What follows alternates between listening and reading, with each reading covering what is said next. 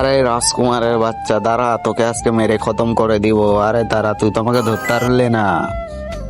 আরে আমার ছেলে কোথায়? মন্ত্রী, তাড়াতাড়ি আমার ছেলেকে নিয়ে আসো। আরে রাজা বাবু, তোমাকে এখন রাজ্য দিয়ে দিবে। এই না বাবা, তোমার রাজ্য আজকে থেকে, বুঝতে পারলে? আরে বাবা, এই দেখো আমি আসল ছেলে। আরে না বাবা, আমি আসল ছেলে। ও আচ্ছা, দাঁড়াও, এখনই পরীক্ষা করতেছি। আরে যাও, ওই আয়নাতে ঢোকো, জাদুর আয়নাতে যে ঢুকে ছবি দেখাবে যার, আমার ছবি দেখালে তুমি আমার আসল ছেলে। আরে যাও। আরে এটা তো আমার ছেলে না, এবার তুই যা, দেখি তুই কার ছেলে।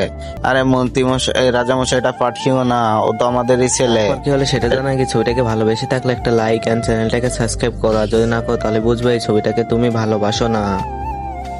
আরে যাও, কিচ্ছু হবে না। আরে এটা কার ছবি দেখাই দিল মন্ত্রী?